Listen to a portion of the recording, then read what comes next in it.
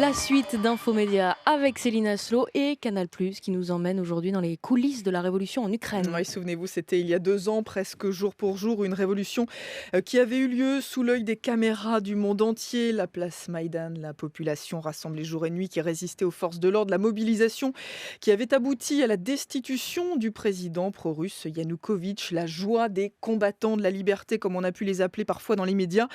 L'histoire était trop belle pour être totalement vraie. C'est en tout cas ce que nous dit ce documentaire. Mais alors, d'où me venait cette légère impression de m'être fait avoir? Tout du long de la Révolution, quelques détails m'avaient perturbé. Des détails passés inaperçus dans la chaleur du moment. Ou pas grand-chose. L'allure des émeutiers les plus farouches. Et ces symboles mystérieux qui flottaient ici ou là. Qui étaient ces gens masqués? Qu'étaient-ils devenus, maintenant que les caméras avaient quitté l'Ukraine?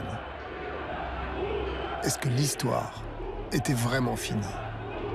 Bonjour Paul Morera. Bonjour. C'est vous qu'on entend dans ce documentaire, c'est votre documentaire. Qu'est-ce que vous vouliez montrer, qu'on a sous-estimé le rôle des milices d'extrême droite?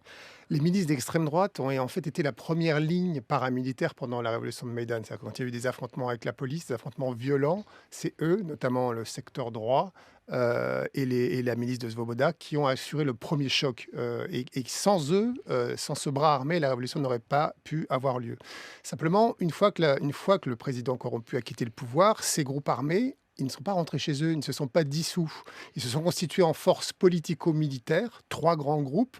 Ils ont pris des casernes, ils ont pris les armes parce qu'il fallait aller se battre contre les Russes quand les Russes ont envahi l'Ukraine à l'Est.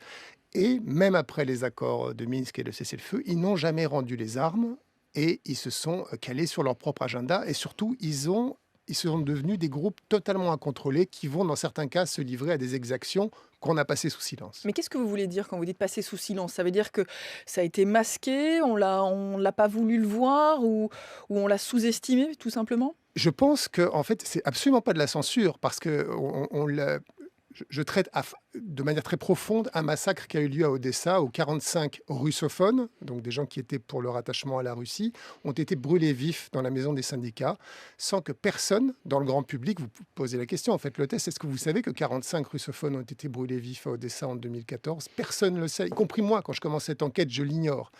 C'est pas qu'on ne l'ait pas traité du tout. On l'a sous-traité.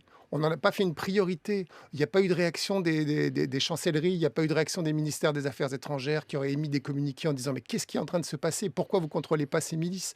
Donc en fait, dans la tête du grand public, dans sa perception, il n'est rien resté. Parce que ça n'arrangeait personne d'en parler? Parce que en fait, assez vite, on a construit une narration en ce qui concerne l'Ukraine avec des bons et des méchants. Les bons étaient à 100% les gens qui avaient fait la révolution, qui avaient renversé Yanukovych, et les méchants étaient forcément les russophones. Ce qui, en gros, n'était pas tout à fait faux, sauf que la réalité, c'est qu'au sein des nationalistes ukrainiens, il y avait des bandes armées extrêmement violentes et qu'il fallait un peu de lucidité journalistique ou un peu de lucidité citoyenne pour voir vraiment de quoi ils étaient capables. En tout cas, ce documentaire, il ne fait pas l'unanimité, il faut bien le dire. Il y a Ouais. eu plusieurs articles assez critiques sur votre film. Alors, il y a eu des articles de spécialistes de l'Ukraine, il y a eu aussi un article de militants. Ouais. Il y a eu un article du Monde aussi qui parlait de votre vision, je cite, déformée de l'Ukraine. Vous avez eu l'impression d'avoir exagéré un propos, de ne pas avoir suffisamment étayé votre démonstration? L'Ukraine, en septembre, a émis une liste d'interdiction du territoire de 40 journalistes, dont il considérait que le traitement n'était pas en sa faveur, le gouvernement ukrainien. Il se trouve que la personne qui a chroniqué mon film est le journaliste du Monde, puisque c'est le seul vraiment article critique dans la presse indépendante, qui doit travailler en Ukraine. Donc effectivement, je dirais, j'arrive, je mets en lumière des zones qui allaient rester dans la pénombre. Il me dit j'exagère, mais il faut savoir que travailler en Ukraine, c'est pas facile. On n'est pas sûr de pouvoir rester sur le terrain ad vitam aeternam. On peut se faire interdire l'entrée du territoire. Donc moi, le fait qu'ils disent que j'ai un peu forcé le trait, ça ne me surprend pas vraiment, quoi. On vous accuse aussi d'épouser d'une certaine manière la thèse selon laquelle, c'est la thèse du Kremlin en tout cas, la Russie a accusé justement la révolution ukrainienne d'avoir été soutenue, voire téléguidée par les milices d'extrême droite. Alors, par rapport à ça, moi, j'ai une réponse très simple. C'est que je me dis, quand on me dit, ouais, mais vous faites la propagande du Kremlin, Moi, je ne fais pas la propagande du Kremlin, parce que je dis dans le film qu'ils sont des agresseurs, qu'ils ont envahi le pays avec leurs hommes et leurs armes et leurs chars. Mais refuser de dire quelque chose de peur de faire la propagande d'un camp, c'est soi-même être propagandiste. C'est soi-même accepter d'occulter la vérité.